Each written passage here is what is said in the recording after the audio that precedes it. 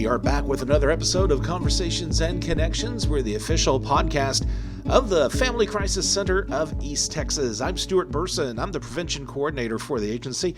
And with me today is Dr. Evelyn Sauceda. She is the director at Nacogdoches ISD, the director of Bilingual, ESL, and Migrant Worker Programs. Did I get all that? That is correct. That is correct. Dr. Sauceda, thank you very much for taking some time to allow me to come over here and talk to you about specifically, everything that you do, the bilingual, the ESL, and also the migrant worker program here at Nacogdoches ISD.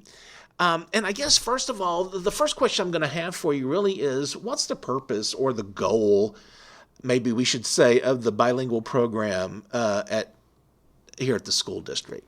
Well, it is a broad array of services that we provide. But if I would have to explain to someone that the main purpose for this is to serve emerging bilingual students, which are students that are learning English as a second language. Okay. And the thing that we help our students is for two main purposes. One, for the students to have or to acquire the linguistic abilities to be successful academically. But in addition, we want to make sure that we really foster or support that socio-emotional component. Because the reality is that here, at least here in Nacogdoches, we have a large number of emerging bilingual students who are recently arrived from Mexico and Central America, or even different countries, who it is really a cultural shock to come to a new language, a new culture. Well, I think a lot of times people don't probably realize it's more than just being unfamiliar with the English language. It's like you said, it's a different culture to a lot of these kids, and they're not only being introduced to a new school, a new language, but also a new culture here in East Texas. And can you imagine, because this is how the way that I explain, is like, let's say that you and I move, or your family moves to Germany, thinking that you don't speak German. And then as a father, you have to adjust and provide for your family. You don't speak the language. Housing, where do you get the bills? All that essential basic needs. So the support, what we do here, doesn't only include the students, but also the families. And that is part of our requirements for the state, that part of the funds that we have are also guided to families of emerging bilingual students, so we can actually create that connection and that engagement with them, because we understand that the students are new, they're learning the language, but at the same time, we want to make sure their families and parents are successful. So what we do sometimes is provide, for example, organizations like you try to bring that information to them in a language that they can understand. Sure. Well, I was looking at the Nacogdoches ISD website the other day, and it says that the program serves almost 2,000 students. That is correct. That's amazing. It is amazing. Yes, it is. And if you actually think about the total body student population, that's going to be almost 1/3 of the total student population. A lot of people wonder, wait a minute, are all of those students newly arrived? And the answer is no. So we have, like an umbrella, we have some that are, newly arrived 1 year or less in the U.S. schools. We have some that are 3 years. Okay. We have some that we call long-term students who probably arrived 6 years ago, but yet again, they have not acquired that academic English that is necessary for them to be successful. Yes, ma'am. And we also have some that maybe are second generation, that maybe were born here in Memorial Hospital, and you wonder, why would American citizen students would need services? The reason is that sometimes they are raised by grandmother who doesn't speak English, mom and dad work all day. Sometimes they don't get to see the parents. Sure. So they actually have that language their first language is Spanish. So we look at case by case, giving us Right. almost 1,000 students. That's just that I saw that and I had to do a double take when I first saw that number. That I is was like, correct. wow, that's an amazing number. So you kind of told us what the purpose is of the program. How are these services delivered to students? Like, are they attending separate classes from the other population of kids? What all is entailed in that? So the services start on the first day of any parent communicating with us and saying, you know what, I just arrived, I have a student, or any student whatsoever coming from another district. We look at the home language survey, and if they have a language other than English, we ask the parents and do a language test to see the students' language proficiency levels. Based on that, we have different supports in the classroom. We do have a bilingual program for Spanish-speaking students. And we have 3 campuses where we serve where we have bilingual education. For students that speak a language other than Spanish, let's say Vietnamese or Chinese, Sure. we do have English as a second language. And we place students in the general education classroom, but they are being served by a certified English as a second language teacher or ESL teacher. Sure. And I think that is important to realize, and I find myself doing this. When you talk about a bilingual program at ESL, you just automatically always assume it's all going to be Spanish. Correct. And you have to realize that there's other languages out there, right? That Yes. students may need services that they may, Spanish may not be their native language, may be Yes. another foreign language. In fact, we have about more than 25 spoken languages in the district, other than English and Spanish. Really? Yes. Wow. I wanted to ask you this. It is sometimes in the program, is it a challenge? And I guess are some families fearful if it's found out, that no one speaks Spanish, they may be immigrants, that they're fearful of being deported or being Definitely. found out of Yes. maybe not being here, going through the proper channels at first. And is it a challenge for you to try to find these students who need the program because of their families being fearful of, I don't know what other word to put it, but being deported Yes. or being penalized for not maybe coming here through the proper channels at first? I think that we are really trying our best to provide the message that school is safe, that by no means we are related to immigration services. Right, sure. I think that we do see, however, a difficulty in actually providing the extended services. And I'm going to give you an example. If many of our families might not have food to eat at the table, might not have clothes to wear or clean clothes or running water.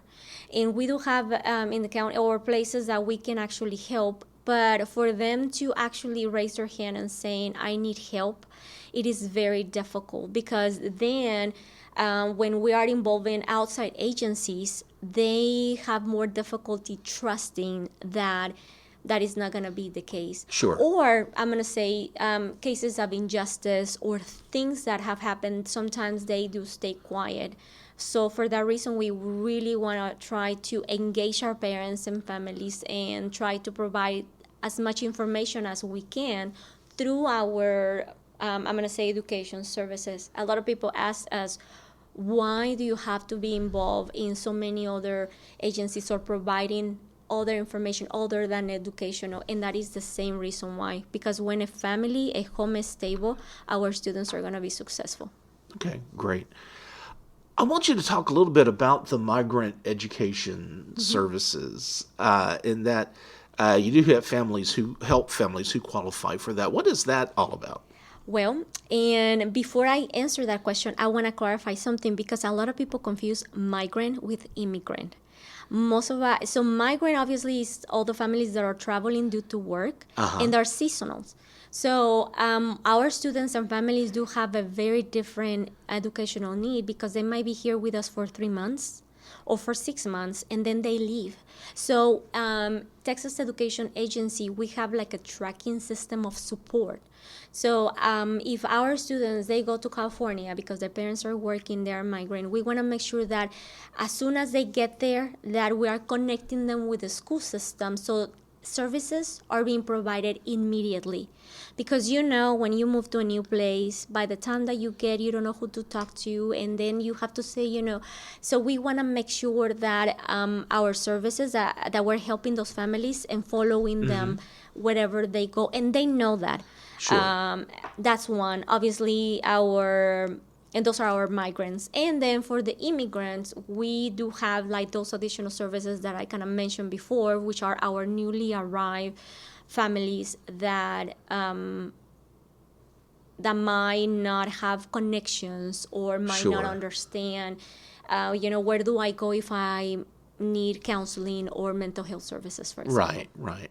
Okay. Well, I'm glad you did point that out. I think a lot of times when people hear migrant, they think it's immigrant as well, or whatever. But you could be a full-fledged citizen and still be a migrant worker. Definitely. Going from place to place, region to region. Yes. And I can see how that can be disruptive for students. Definitely. When their parents are moving around like that all the time. Yes. So, how many people does it have, or I guess does it take for a program like this to work? I'm familiar with you, but obviously, there's staff involved. How many folks are with this program, employees here that help out? So here at the administration building, I'm the head and run the program, but we have an amazing administrative assistant who is also the PIMS coordinator for the entire district, who every time any change of placement, any additional support changes, they have to change. We have a translator, district-wide translator, because everything from every department needs to be translated, and sometimes not only to Spanish, but other languages as well. Then in the campus level, we do have obviously bilingual certified teachers who are working our bilingual programs, and ESL certified teachers. And that varies depending on the number of students and the number of classrooms that we have in every campus. In addition to that, we have 7 English learner specialists who are the ones that do all the intake and the although I'm going to say the paperwork that takes to make sure that the students are being served and that they have a program that is according to the student needs. So we have 7 that serves 10 different campuses. So they are the first initial contact with the parent. They are monitoring the student progress. They are checking with the parents. They're having meetings to determine, how the student is making progress, checking with the teachers, but also supporting not only the student but also the teachers in providing those additional strategies that students that are learning English might need. Do you know how long a program like yours, and I'm assuming other school districts may have similar programs, how long have these been around? Because it's hard to imagine what life must have been like for a student before these kind of services were provided for them. Well, let me tell you that I'm going to say some districts have, by law, every district where there's a grade level where students, more than 20 students speak the same language, they must provide a bilingual program in whatever language they decide. So it's by law. However, it is sometimes very difficult to find the teacher that speaks that language. It's easier to find in Spanish. In every district, depending on the number of students and the resources, meaning the teachers, it is the extent of their services that they can provide. And you ask or you wonder really important questions. What would it have been like? Let me tell you that a lot of our second generations of parents or individuals, you probably can talk to many of them who actually experienced what it was like to come to a U.S. school where your parents, grandparents speak Spanish, you speak Spanish at home, and then come into the school and be penalized because you wanted to speak your language. Right. And when I say penalized, it's like you will get in trouble. You would, at the time, you will be corporal punishment. Yeah. Before the law and the regulation said, you know what, being bilingual, it is not a deficit, rather a gift. Okay. Sure. You know, I was reading up on your history on the website, and you have a very interesting background. You're a native of Mexico. Yes. How did you find yourself here, and what inspired you to get into education and doing the work that you're doing now?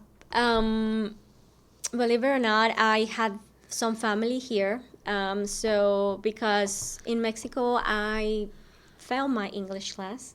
So my parents thought it would be a good idea for me to learn English in 1 year. But I came here and I met my husband, my high school sweetheart, and I never left. Oh.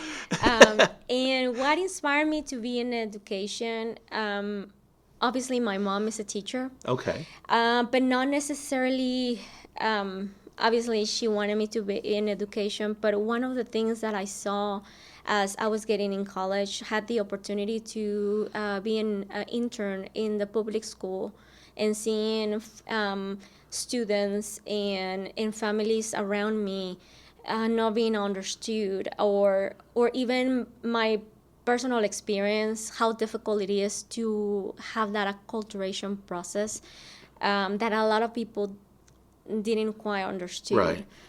Because it's not only the academic struggle, but it's very emotional, and it's very the frustration is a lot for students, especially because students want to do good. Parents want their kids to do good. But when the state assessment, I'm going to say you are required to be at part to a native English speaker to be able to graduate, for example, to be able to pass your classes, because there's no specific provisions to say, you know what, you are newly arrived, I'm going to give you grace, and I'm going to give you, I'm going to give you an A because I see that you have a lot of effort. No. We grade what we get. Yeah. So because of that, I saw the need. So then the need became my passion. Okay.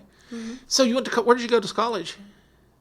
Actually, at SFA, because my parents later on moved here to Nacogdoches, and a lot of people would not understand, but it is kind of a culture thing for women to kind of stay close to their parents. So I did my bachelor's, my master's, and my doctorate at SFA for convenience. Okay, all at SFA. Yes. Well, great. All right, and finally, Dr. Sauceda, if someone's interested in getting these services, if they're listening and their child is in Nacogdoches ISD, where can they go? Who can they contact? Excuse me. How do they go about that? So obviously they can always come to our administration office. Or look at our phone number on our website, 936-569-5000, very easy. Or they can even go to any of their community schools, the one that is closest to them. Because as soon as we have any new student or anyone who has a question, they immediately call me. So I now call them back. Another great way that they can find information or they can reach out to us is through our Spanish social media, which is Nacogdoches ISD Español. We are great about answering questions in Messenger. That's another way that parents can communicate with us automatically. So that's great. And obviously, like I said, our website. And I'm glad you asked, like, if anyone has a question. A lot of parents or community out there, they don't realize that we also have a dual language program that serves native English speakers who are looking for learning Spanish as a second language. We have that at Thomas J. Ross Elementary and starts in kindergarten. We have had different generations. I'm going to say like 4 or 5 who have gone through the program. And if you want your student to be bilingual, bicultural, and biliterate, that's a great way to go. It's like a hidden jewel. Well, I think it's such an important benefit for anyone to yes. have that under their belt now. Definitely. So, well, great. Well, Dr. Sauceda, thank you so much for taking some time to do this today. I really appreciate it. Well, it has been my pleasure. Well, thank you. For the opportunity. And also, like as always, I like to remind everyone, if you feel like you need the services of the Family Crisis Center, we do have our toll-free 24-hour-a-day, 7-day-a-week hotline. That's 1-800-828-7233. Subscribe to Conversations and Connections via Spotify, Apple Podcasts, Google Podcasts, pretty much any podcast service of your choice. And as always, be the voice, if not for you, for someone else.